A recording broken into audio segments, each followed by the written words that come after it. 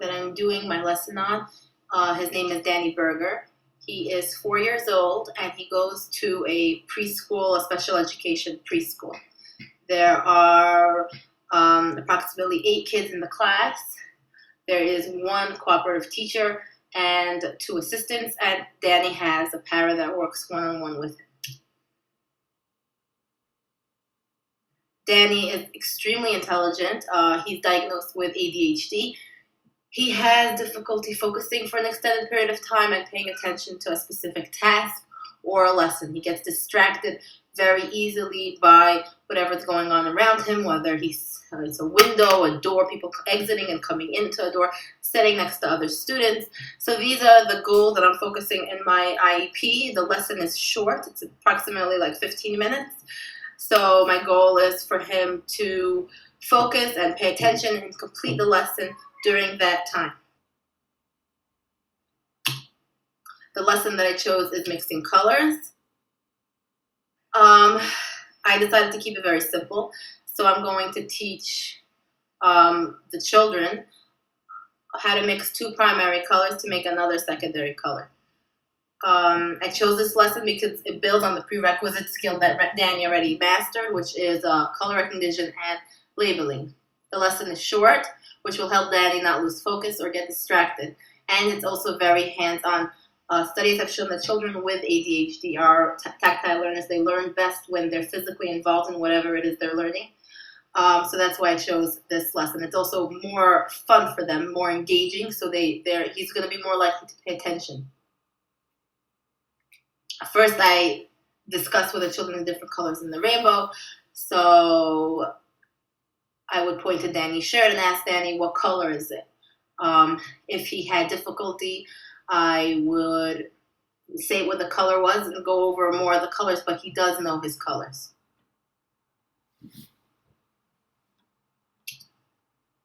So I started off my lesson by saying, today, boys and girls, we're going to learn about the colors, how the colors blue and yellow make the very special color green together.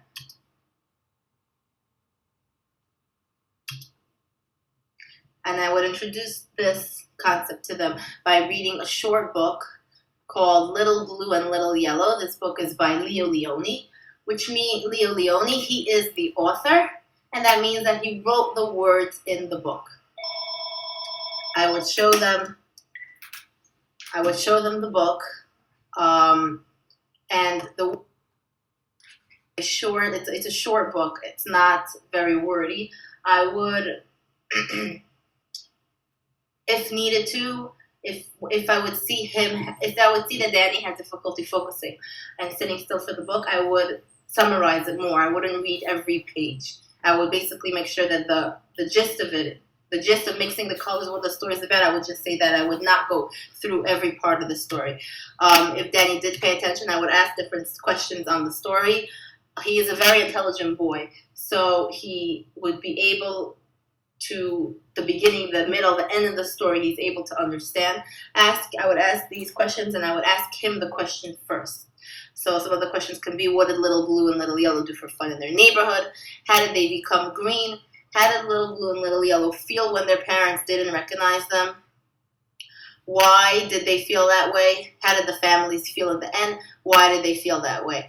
Again, lots of prompting.